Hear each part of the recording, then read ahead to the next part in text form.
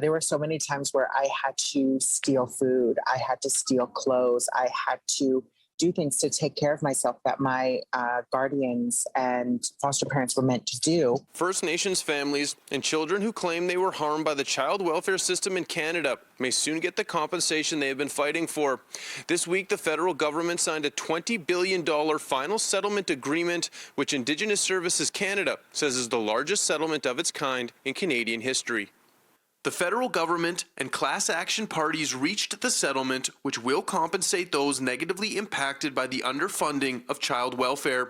An additional $20 billion has been slated over the next 5 years to reform the First Nations Child and Family Services program. So I don't think it's enough, and I don't think anything will ever be enough unless we get all of our land back and we can self-govern ourselves.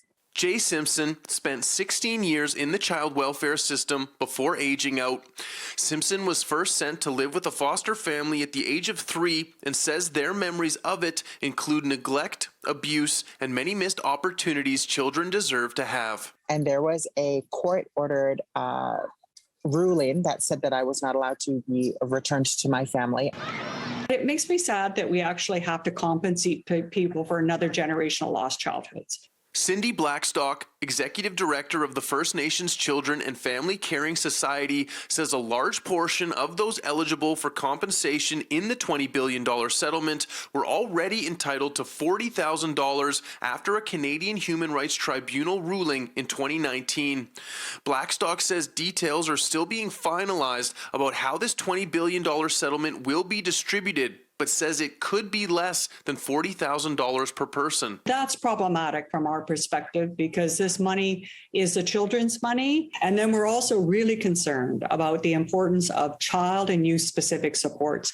We're in new territory here because over half of the victims are still children.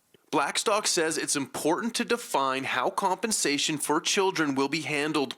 Almost 50% of those set to receive compensation in the settlement are between the ages of 3 and 8 years old. Who's going to hold on to it? Who's going to make sure that 40,000 is not only there, but that it has built some interest over the years so that young person has, the same kind of purchasing power of that 40,000 20 years from now is what it looks like now.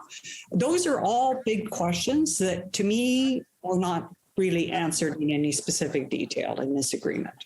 According to the Assembly of First Nations, a final settlement agreement will be filed with the CHRT for approval in the coming weeks. In September, further discussions, including distribution protocol, who is eligible for compensation, and how they can apply, will be determined. In Winnipeg, Mark Neufeld, City News.